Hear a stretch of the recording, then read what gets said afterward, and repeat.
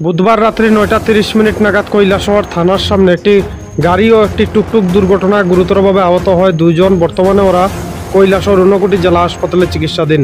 জানা যায় যে বুধবার রাত্রিবেলা একটি অল্টো গাড়ি একটি টুকটুক গাড়িকে কৈলাসহর থানার সামনে সজোরে ধাক্কা মারে, যার ফলে গুরুতরভাবে আহত হয় সেই টুকটুকে থাকা দুজন যাত্রী। পরবর্তী সময় স্থানীয়রা ঘটনাটি প্রত্যক্ষ করতে পেরে খবর পাঠায় কৈলাসহর অগ্নি নির্বাপক দপ্তরে।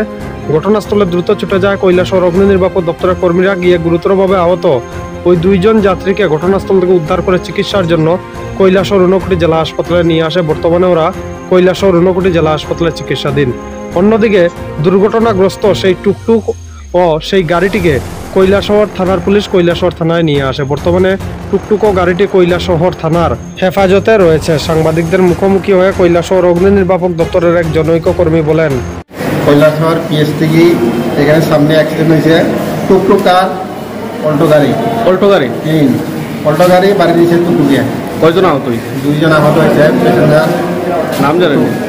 নাম হইলে রাধাকান্ত মালাকার, বয়স হল 22, আর একজন হইলে বীরেন্দ্র শব্দকর, বয়স 52 ইয়ার। শুধু দুইজন টুকটুকের যারা আছে? হ্যাঁ, টুকটুক ইঞ্জুরি হয়েছে। কেমন অবস্থা তাদের?